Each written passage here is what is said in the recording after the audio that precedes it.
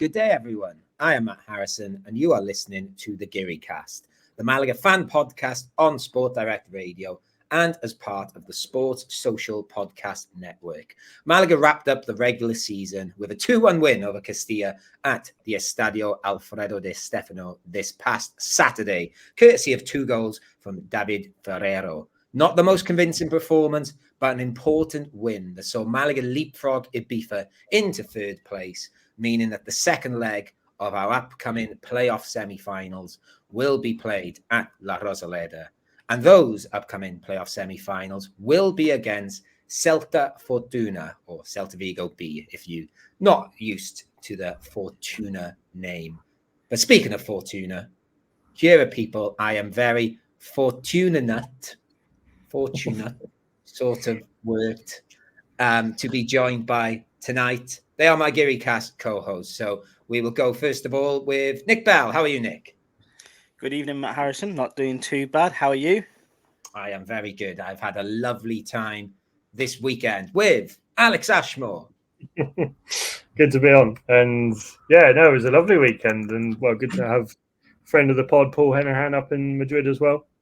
Yeah, we won't talk about his tales and adventures because that's on the Vamos episode. But yes, he had a fun weekend as well, I think, or a weekend with stories to tell, nonetheless. And then finally, how are you, Luke Chambers? I'm very well, mate. Thank you. Glad to hear that you all had a great weekend in Madrid. Yes, and more on that weekend shortly. We will do a little bit about the playoffs, but we do have a preview show coming later in the week. So I'm going to ask everyone to sort of refrain from sort of spunking your whole playoff load this episode and hold your horses. But we should probably get in some stuff about the playoffs. For those that don't know, we're in the playoffs. That will mean we have 2-legged semi-final ahead of us. And as I said in the intro, that will be against Celta Fortuna. The first game will be in Vigo on Saturday evening at 6:30 p.m. We're recording this on a Tuesday. Who knows if these things change, but it's pretty nailed on. This one won't, but you never know. We're playing in the home of the big boys, Celta Vigo, which is a fun stadium. So looking forward to seeing that again. And then the second leg will be at La Rosaleda the weekend after at 7:30 p.m. On a Saturday. I don't know if I mentioned the word Saturday then. If we win, we will play the winners of Tarragona or Ceuta, obviously from our league. I don't know. I think I saw Luke maybe put in our WhatsApp group asking the question that if, and let's keep saying if for now, Malaga were to get to the final, how does the home and away leg work? I don't know if we got to the bottom of it, but if I had to guess, I'd imagine if. Go on. I have all this info for you. Go for it. Even better, so I don't have to guess. So I learnt this on my recording of the Spanish Segunda show last night. So this was news to me. And basically, the advantage will always lie with the team that finished highest. So, for example, if we play Ceuta, we would have the second home leg, or the second game would be at home. But if we was to play Gimnàstic de Tarragona, we'd have the away leg as our second game. An interesting fact as well that I have learned about both these legs is that no penalties. Basically, you go to extra time, half an hour, and whoever is the if it's a draw at the end of it, whoever finished higher progresses. So you could get promoted by drawing all the playoffs. And if you are the highest team in your league or above your opponent, then you will get promoted to Segunda. That's horrible. I think if you remember, it happened with Girona and Tenerife for it in Segunda. Yes, it has happened. I'd forgotten about it, but yeah, as soon as Nick started saying, I didn't know this, I was like, oh, it's going to be the thing about no penalties. Yeah, that was going to be my guess. What you said actually is that we'd have Tarragona at home first, and like you said, Ceuta at home second if they win it. It's going to be on Canal Sur over here, and I think Luke, you've just told me FA will show them too, yes? Yeah, it's got the playoff games as well, thankfully. So that should mean you guys have subscribed to that in different parts of the world. You're in. Ticket news. I believe I'm just sort of in the door with my season ticket. I think we mentioned before, which is free. So great. Who said something about ticket news? You guys probably got more info than me.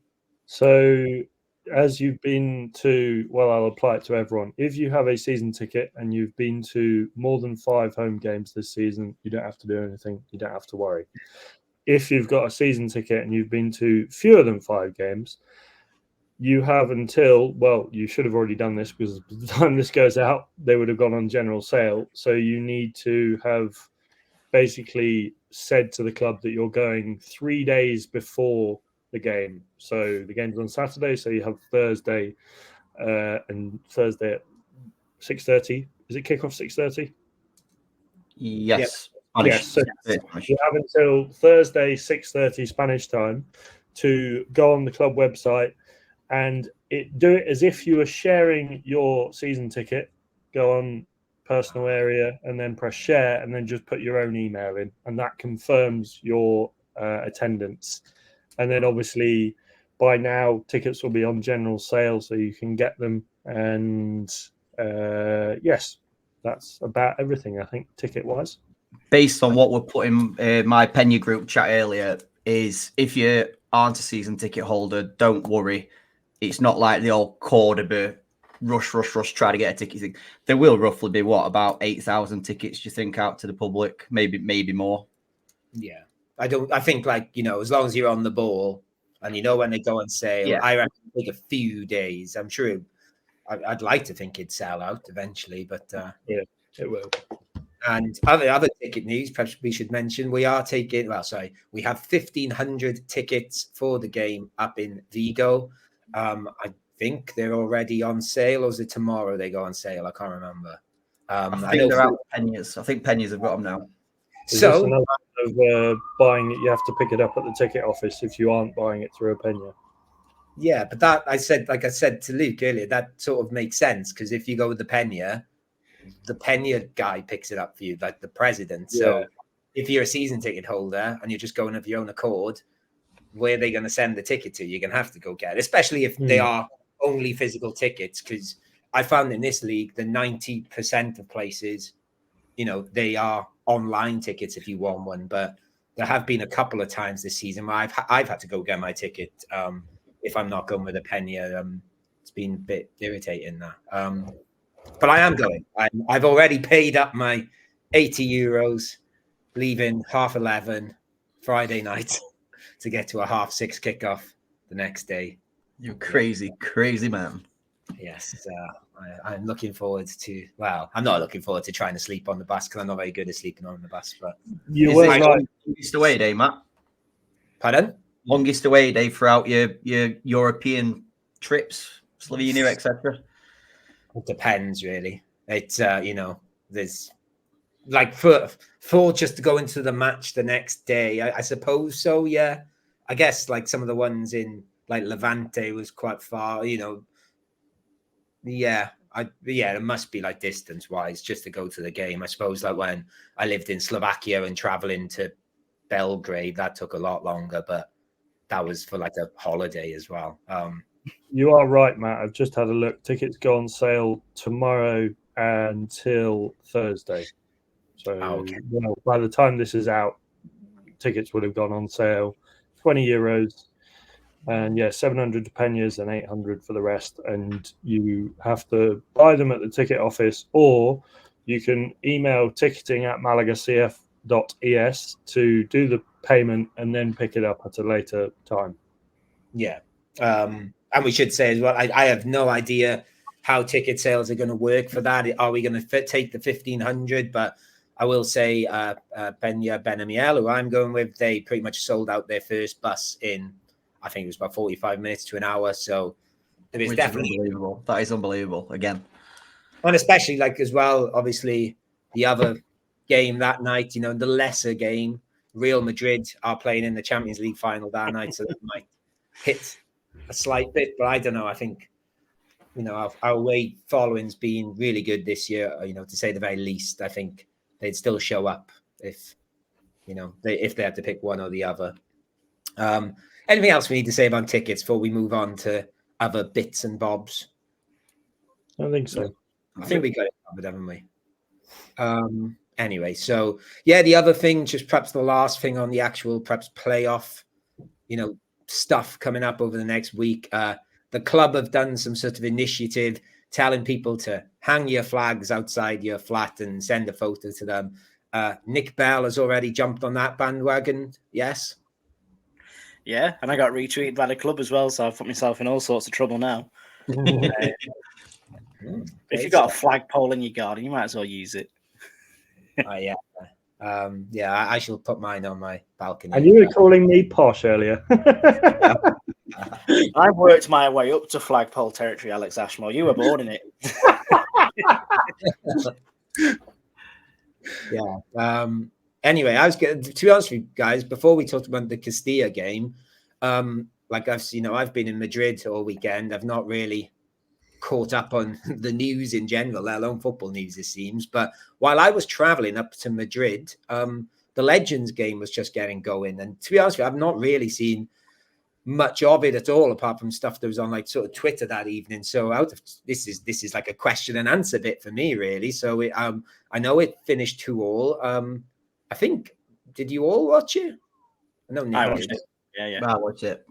I know you seem to be like watching it with particular sort of enthusiasm, Nick. So I'll start with you then. Was there who was the best player? What were the highlights? Who did the crowd seem to love the most, etc.? Oh, well, I think you got it in stages from a Malaga perspective, so it was quite nice. If I was to answer your first question, who impressed me the most, I said to Luke on the live stream, it was 100% 54-year-old left back Rotetta. Was absolutely just brilliant, turning back the years. He was putting in balls that fucking Victor Garcia would be proud of. Let's put it that way. Catania was excellent, and Gerardo was excellent as well. And then it kind of came to the more modern players, and I wasn't as enthused by them. The tempo picked up. But if there's one thing I would take away with it, I tell you what, if we had a cheeky little look at Camacho, and said, "Do you fancy a little trip in the playoffs?" He could still do it in this league. I reckon. I think he'd survive quite comfortably. Yeah, I saw one of the goals. I remember one of the goals, the header. But was that Salva? I can't remember who scored the play. It's a good header. I can't remember. Yeah, it was Ballesta. Yeah, Ballesta. Turning back the years. Turning back the years. Luke, any sort of highlights for you or any players' name?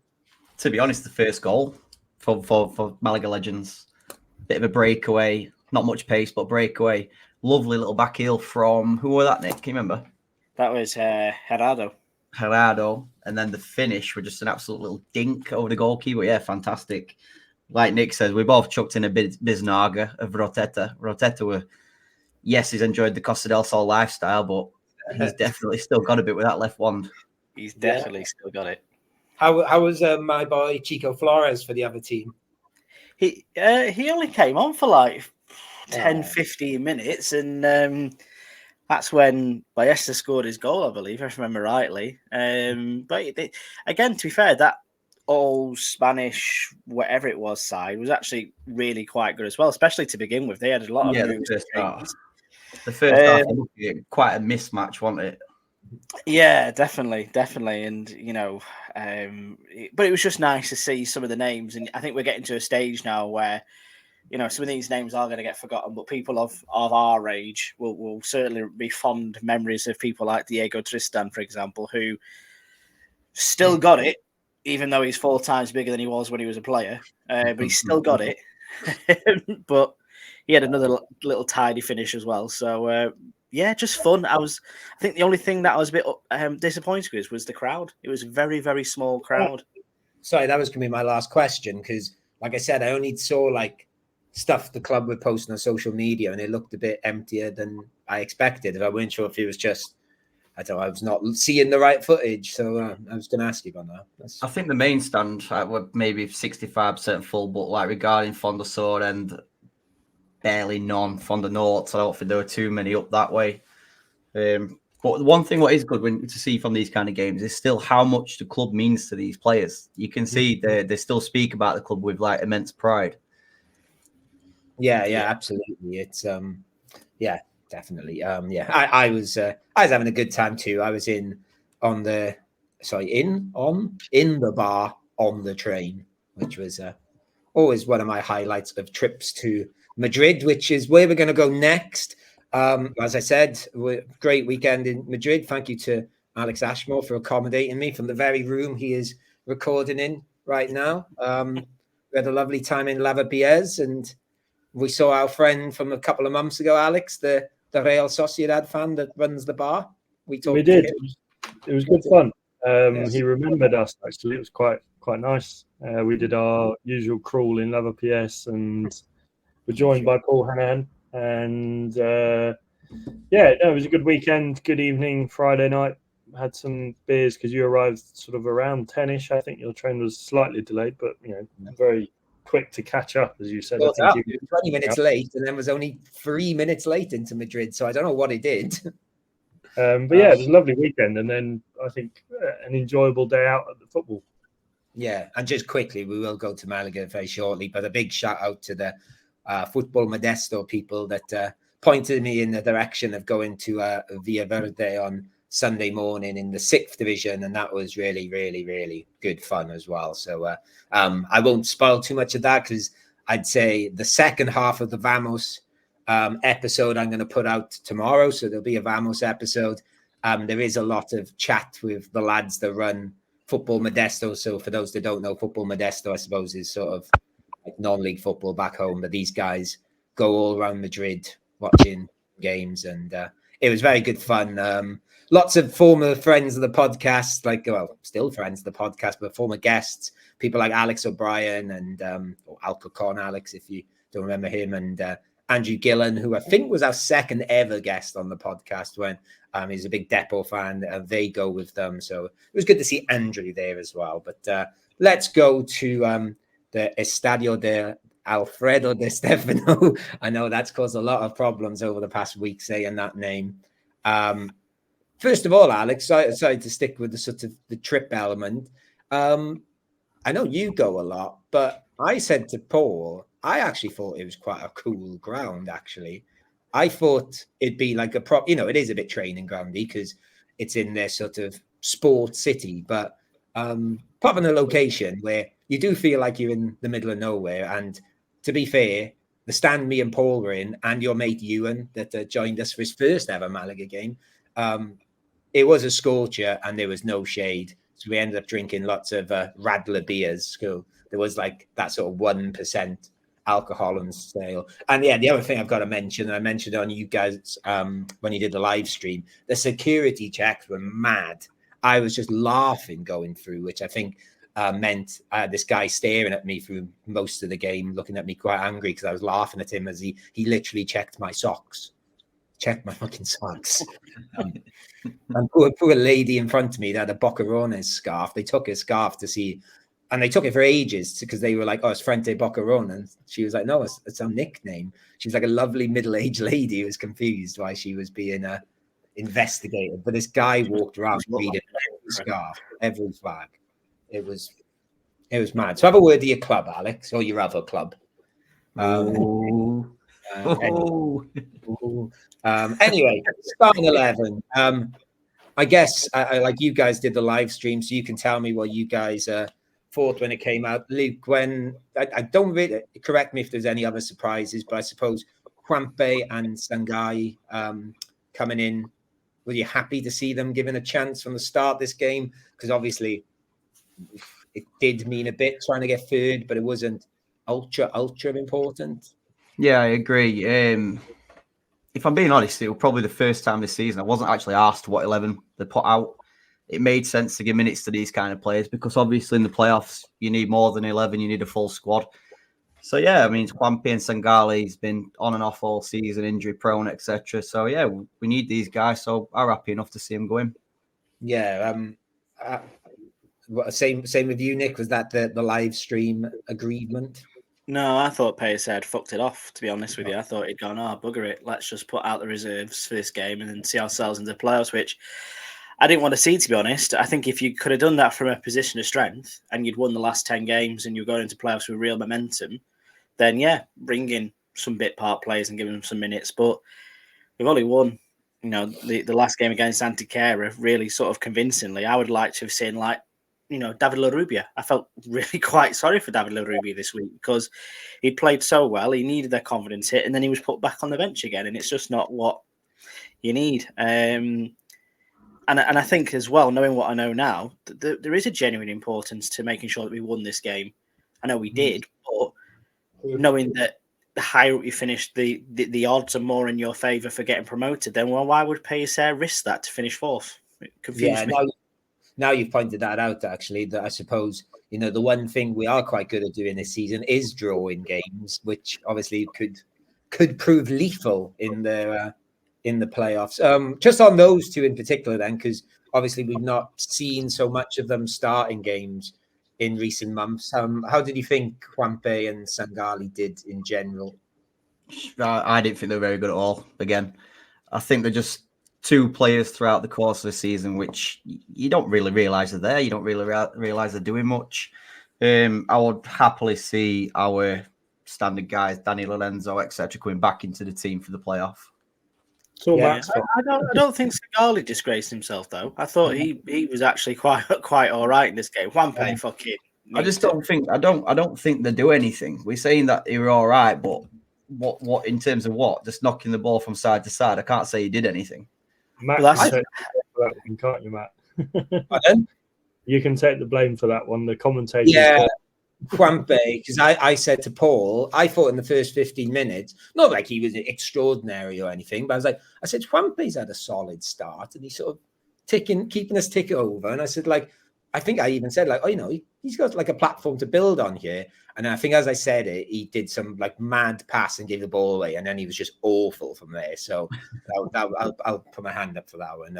I thought Sangali was actually, I don't really know why. He seems like I really like him. I think he's a really good player in there. But he was getting a lot of love from the away end, actually. I don't know if it was because he was sort of floating down our end a bit. And obviously it was quite a quiet stadium, so people could sort of shout things at the players. But he was getting... Yeah, I think he was just a bit more industrious in this game than he has been usually. I think he was just a bit... Not that he did anything spectacular. I agree with you completely on that, Luke. I just think he did what he needed to do well. And it probably helped that he was surrounded by two midfielders who were, like you say, not as good. Do you know what I mean? Especially Juanpe, who really started to stink the place out towards the end of the first half, which is, I assume, why he got hooked at the interval. So, but yeah, no, I didn't think he was too bad. And I think with Sangali, there was so much promise there. And there is a good player in there. And his injuries have obviously taken its toll. And very much in the same vein as LaRubia, if we can get him performing all right, he's a good asset for the playoffs, in my opinion. Yeah, Alex, obviously you were in, with the silver spoon crowd in the press box. How did it look in the sort of before we scored? How did Malaga start the game? If you want to say something about Juanpe or Sangali, feel free to as well. Yeah, to be honest, I think for that first 15, 20 minutes, we were playing well. I don't think we were dominating the game. We were dealing with, they didn't offer too much. Castilla didn't offer too much in the first 15, 20 minutes. But, I do think we seemed to be moving the ball about fairly well. We were still lacking a little bit in the final third. It did seem like we were a bit more clinical with our passing. But, yeah, I think for the first half of the first half, I do think we were the better side. And then, obviously the goal was a lovely work move. I think Roberto and David Ferreira combined lovely for that move. And then, but it was a sort of dink. And I didn't really see it at the time. But then, I thought it wasn't actually going to go in, but it did. It rolled in and went in at the back post. So, I think that first 20 minutes, I think generally not our best 20 minutes, but I think it was a decent 20 minutes. Yeah, let's talk about the goal then, because I will say as well, the first part, it was sort of on our side of the pitch as well, but I didn't realise. I thought the defender had just sort of completely missed the ball, which I guess he did a bit, but it was only when I watched the highlights back today, I was like, oh no, David Ferreira, I think, is like done him there with the sort of like nutmeg or dink past him, and then, he finished from a tight angle. Of course, he did have a little bit of help with the goalie sticking a leg out, and inadvertently directing a goal, Woods. But yeah, Nick, was a genius by David Ferrero lucky or what?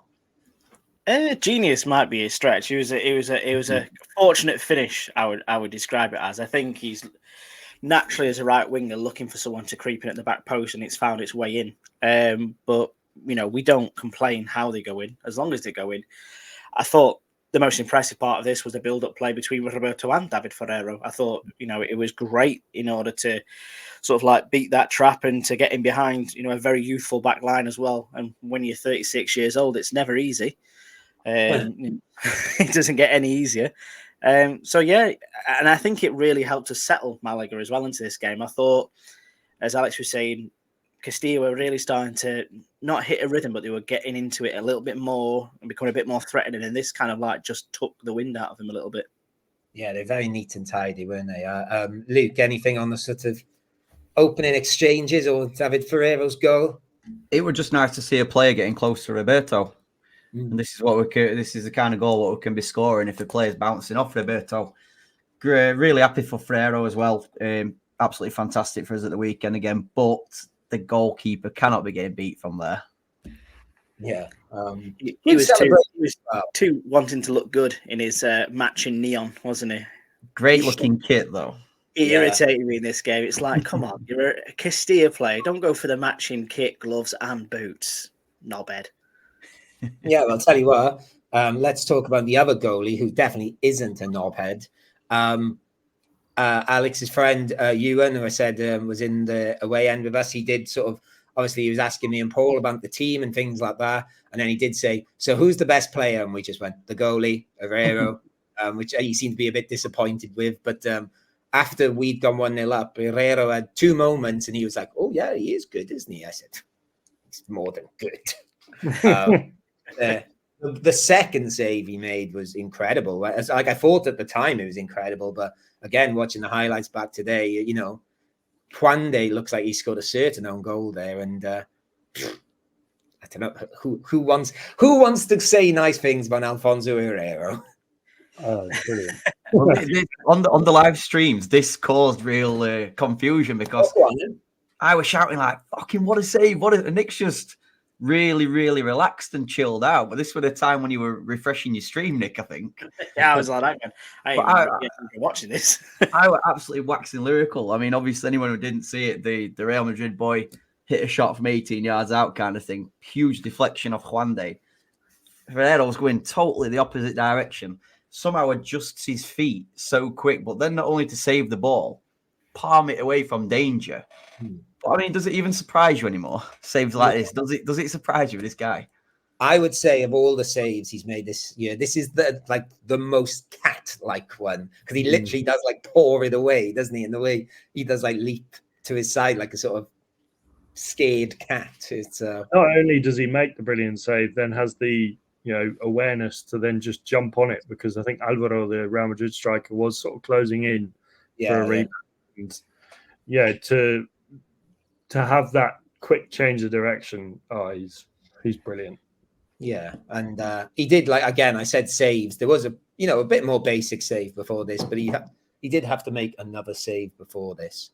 Obviously, as well, we should perhaps mention here that to finish the regular season, he finished with conceding just 25 goals in 38 games, 18 clean sheets. I meant to check.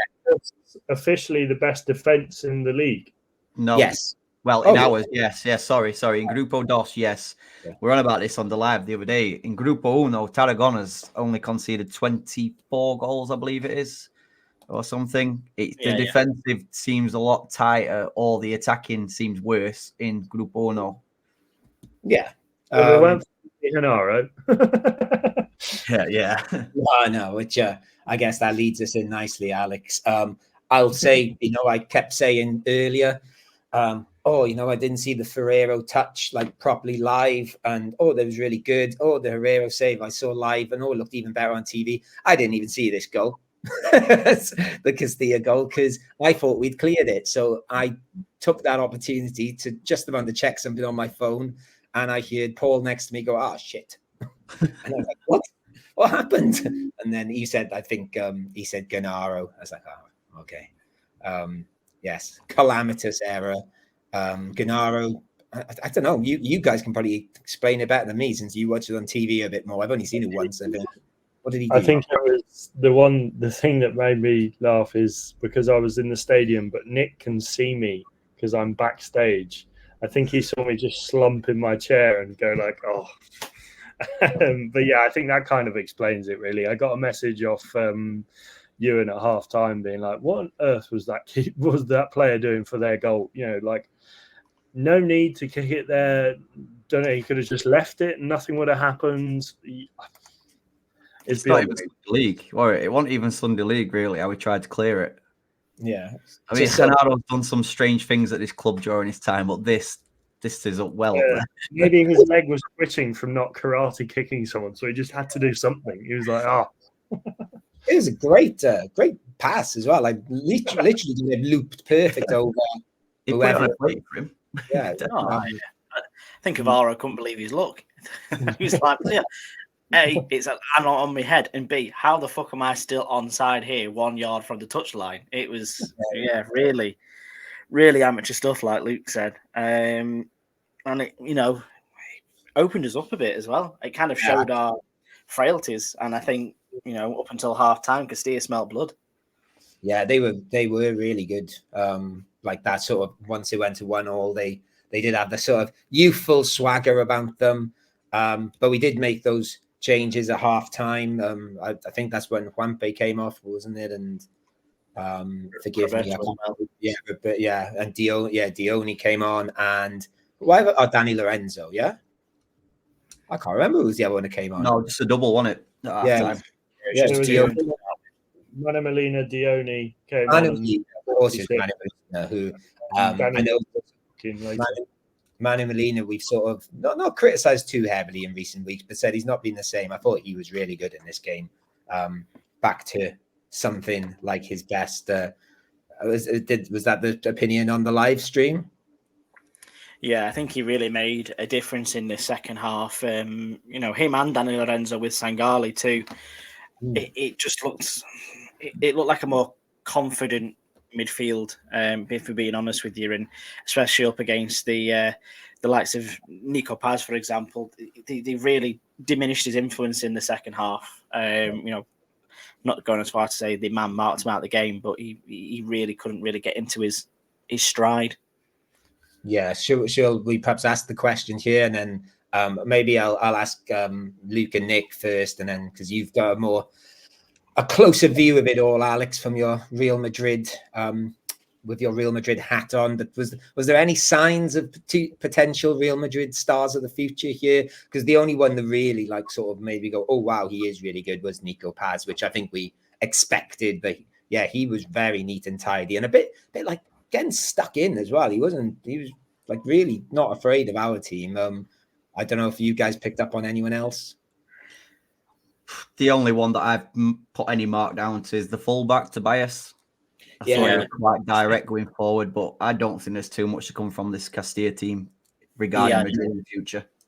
Yeah, Tobias had Kevin in his back pocket the entire game. As much as it pains me to say, he knew exactly how to marshal him as well. And he never saw Kevin once been able to cut inside because he just didn't allow it. He just wasn't having any of it, and he would happily force Kevin around the outside and eventually off the pitch where necessary. So he seemed like quite a clever player. And I was quite impressed with that Hangel as well. He seemed very direct and was giving Puga on the right-hand side a bit more of a menace, if I'm honest with you. But I agree with Luke. If you ask me, are any of these players going to end up playing for Real Madrid, the first team, in the next 2 or 3 years regularly? I'd say no. And I said the same thing to Alex Fitzpatrick last night. Jeremy De Leon came on. He was on the bench against Bayern Munich. Matt, I know that you're a fan of his from his time at Castellón. Yeah. Why would you leave Castellón when you're getting promoted to come and play for this absolute shower shit? You know what I mean? It doesn't make any sense to me. I have an answer to that, but I'll let Matt respond. Okay. No, I don't have an answer. No, I thought you were going to say something. Wholeheartedly with my sentiments. I was just going to say with Tobias, I did mean to mention him actually as well, because obviously where we were sat, we were really close to the pitch on that right-hand side. So we sort of saw that Tobias Kevin battle like quite up close. And yeah, I know Paul actually before the game even kicked off, like highlighted Tobias, saying he remembered him being good in the home game at La Rosaleda as well. So yeah, he's the other one that's probably I'd put a mark next to as well. He's on loan from Shakhtar, isn't he? I couldn't remember if that's him, but yeah, they do. Is that him, Alex? Yeah, so he goes back to Shakhtar at the end of the season. He signed for Shakhtar from Internacional for 5 million in the winter, of January 2022. Yeah. Do you want to add anything about the Real Madrid youngsters, Alex, before we talk about? So we were giving a bit of stick, or you guys were giving a bit of stick to Fran, the goalkeeper. He actually, I think he's a decent keeper. He played quite well, made a decent save off. I can't remember who the shot was from the edge of the area. But so he's been around the first team quite a bit this season. He was on the bench, obviously didn't play, but in and around the first team. He was on the bench against Man City. Jacobo Ramon has also been in around the first team a lot this season, and gaining valuable experience. Tobias, you mentioned Cesar Palacios, I think is someone who's impressed me this season in the games that I've seen. And then obviously Nico Plath, you can tell he's a level above the rest. But also Alvaro Rodriguez, I think is he's making something of himself, and that striker role that I think obviously Real Madrid don't have at the moment since Benzema left. Obviously, I'm not saying he's going to fill that hole, but a player like Joselu, who is potentially coming towards the end of his time at Real Madrid, could Alvaro then impress and slot in there? Obviously, he's got a lot to prove and a lot of ground to make up, but I think from what I've seen, I've been impressed with him. Yeah, probably would have been easier to tell us the players that weren't going to make it, Alex. Yeah, I was going to say that was a long list. Obviously, I think just to name a few others, Theo Zidane, who is there from his time when his dad was the manager, and obviously, I do think in answer to your question about Jeremy De Leon, so I had the fortune to attend the Champions League final open media day on Monday yesterday. It was like 30 years ago.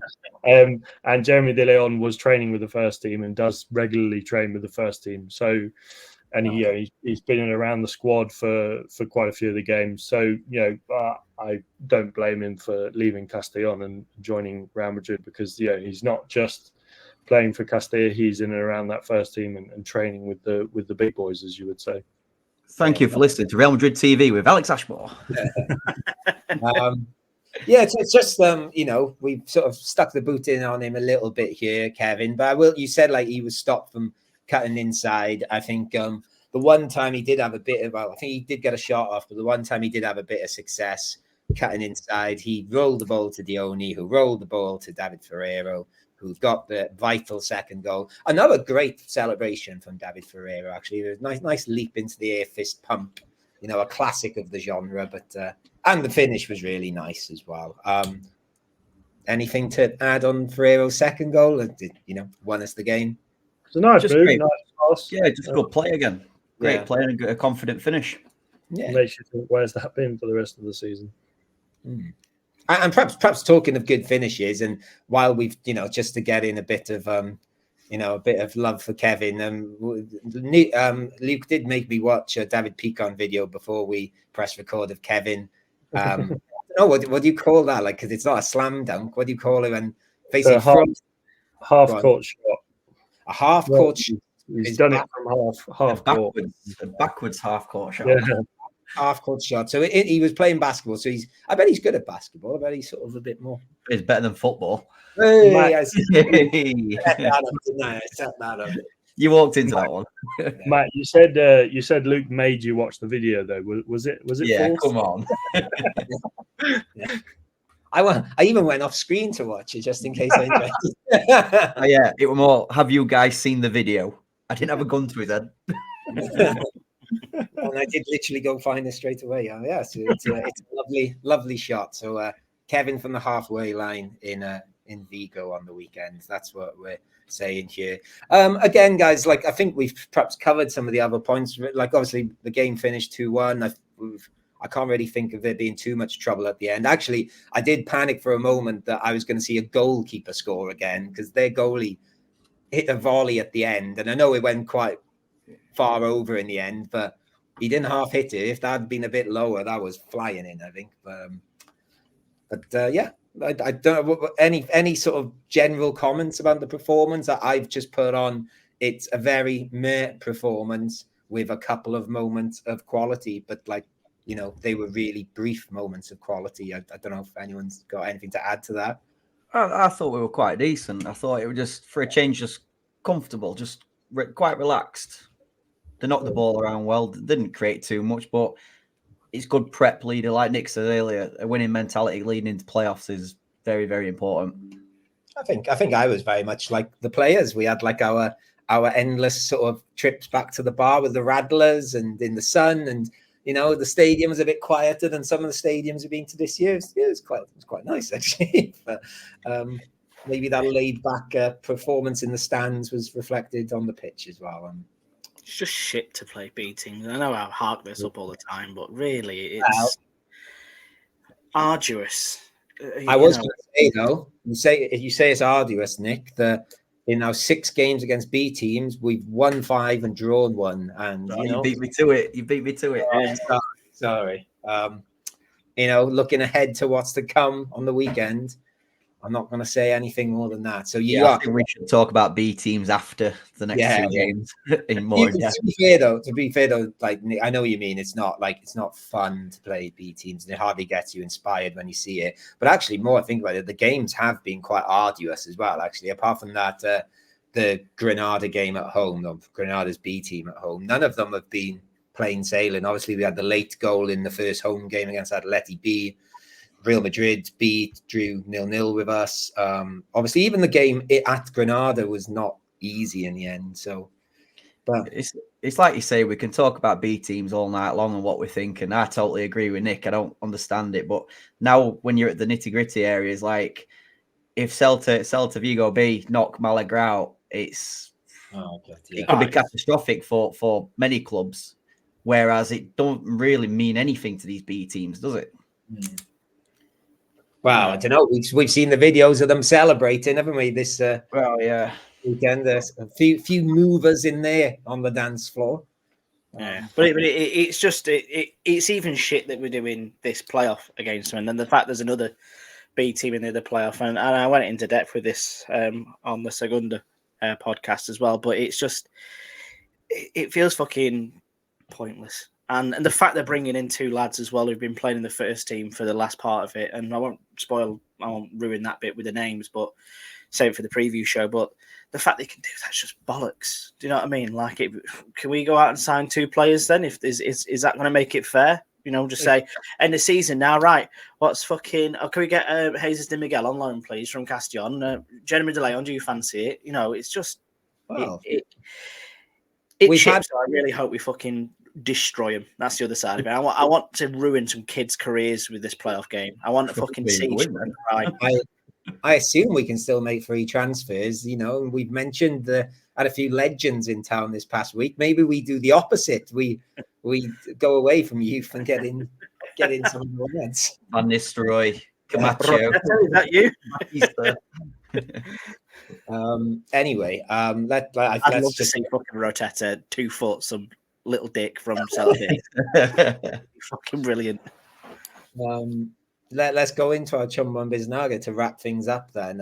I think I get the impression there's 2 candidates for Chumbo. I'll just say mine first then. I guess I sort of get the whole Kevin thing as well. Yes, he wasn't great, but I'm going to pick Genaro just for the mad mistake, which I didn't see at the time, but now have. And I just didn't think he was very good again either.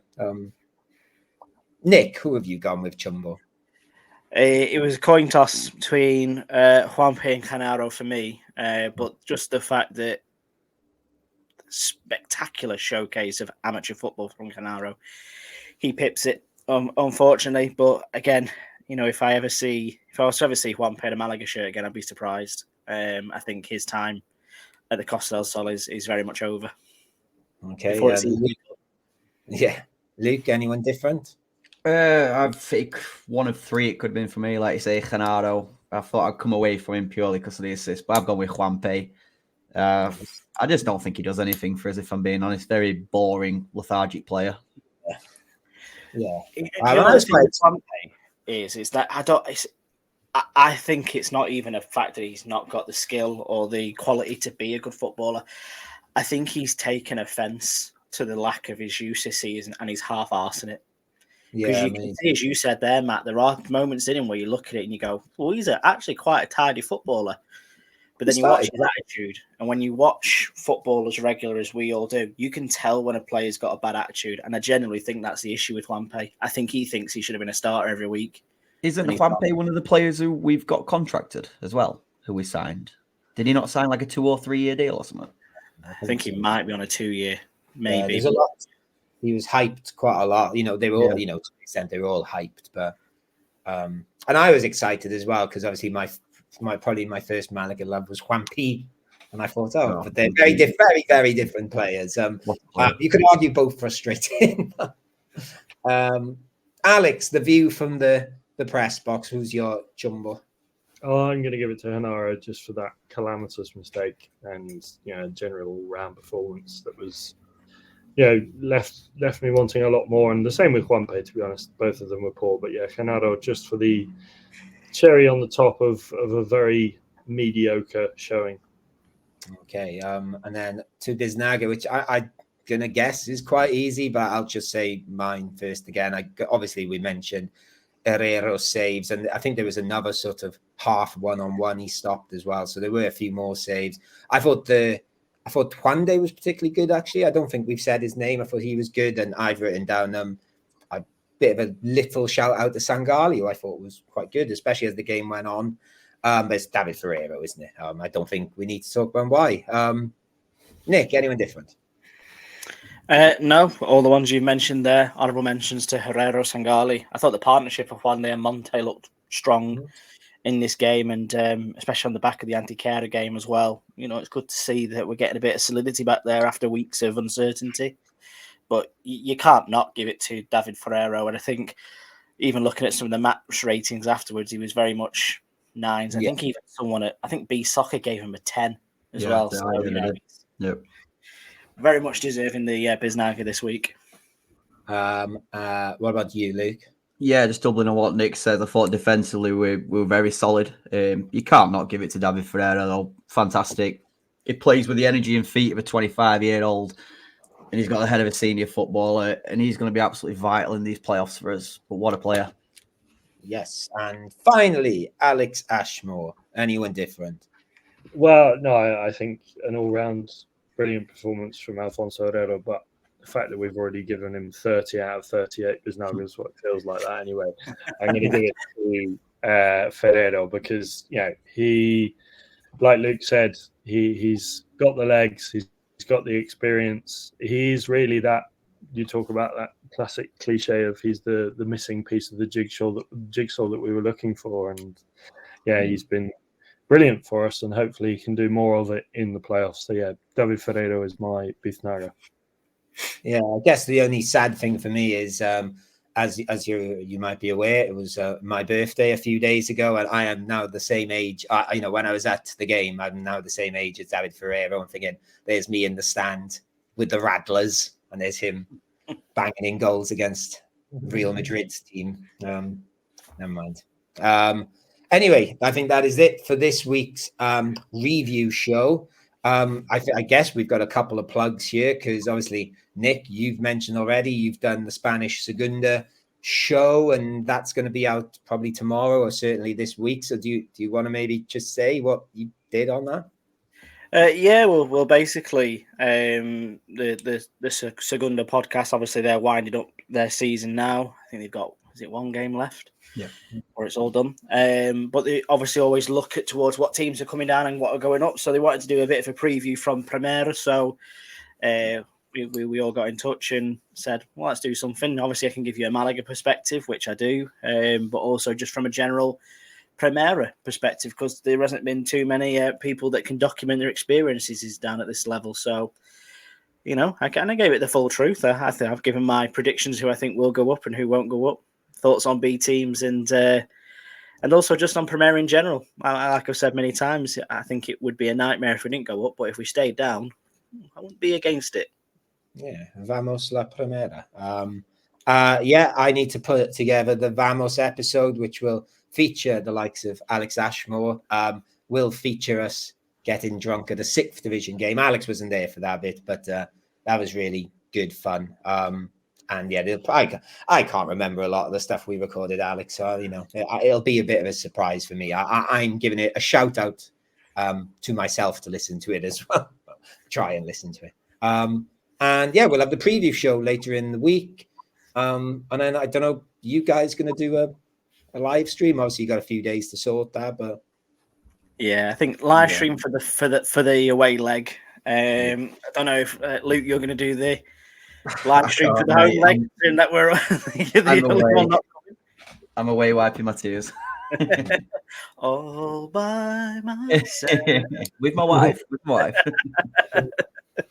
That was the perfect opportunity to do a Borat impression. No, but very, very, very exciting. Yeah, so I think we'll definitely aim to do a live stream for the Saturday night. Why not? And then all down to Malaga for the Saturday game at La Rosaleda. Should be fun. Oy. Indeed. Right. Okay. Thank you, guys. Thank you, Alex Ashmore. Thank you. And if you really can't get enough of me in English, go and listen to me in Spanish on Cadena Ser Malaga talking about the Geary cast. And thank you to the lovely Paloma for inviting us on. And yeah, it was good to chat all things Malaga and all things Geary cast. And all of you got a mention on there. So yeah, go and have a listen. I should. The other thing, I've only seen it today. There's not much to say about it, but I found out I was on Moroccan TV as well this week. Football tournament. I was only in the background, but I saw the video today, and so I'm in Africa now. I'll go back and listen to that interview as well, Alex. But for all I know, you mention us, but you could be Collins or Dix. Spanish, so we just smile along going, I've heard my name, and it could be followed me with like mierda or none of the sort. Thank you, Nick Bell. Thank you very much, guys. Cheers for listening, and look forward to the preview show later in the week. Should be a good one. Playoffs, baby. Playoffs. Are you still feeling a little bit under the weather, Nick? Your fever? I've got the fever, boys. I've got playoff fever. Fucking love it. Fucking hell.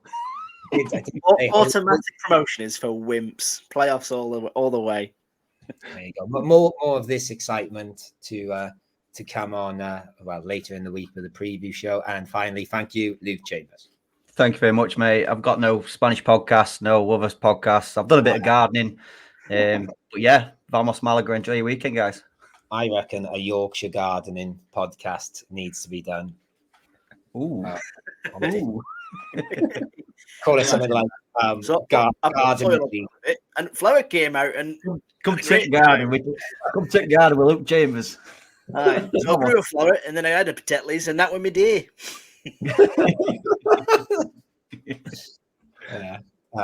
And yeah, thank you guys for listening. Listen to other Geary Cast episodes if you want. Go back and listen. I recommend all of those, all the couple of 100 we've done, or 100 or so. How many we done? I don't know. I'm almost at 200. Yeah, okay. I think we're only 10 away from 200 episodes now. Oh wow! So there's plenty of back catalogue, and it's all been Malaga successes all the way through, really. So it's always fun to listen to. Anyway. Go and tell your friends to listen to the podcast. Spread the love for this podcast, and we will see you soon. Adios and vamos, Malaga.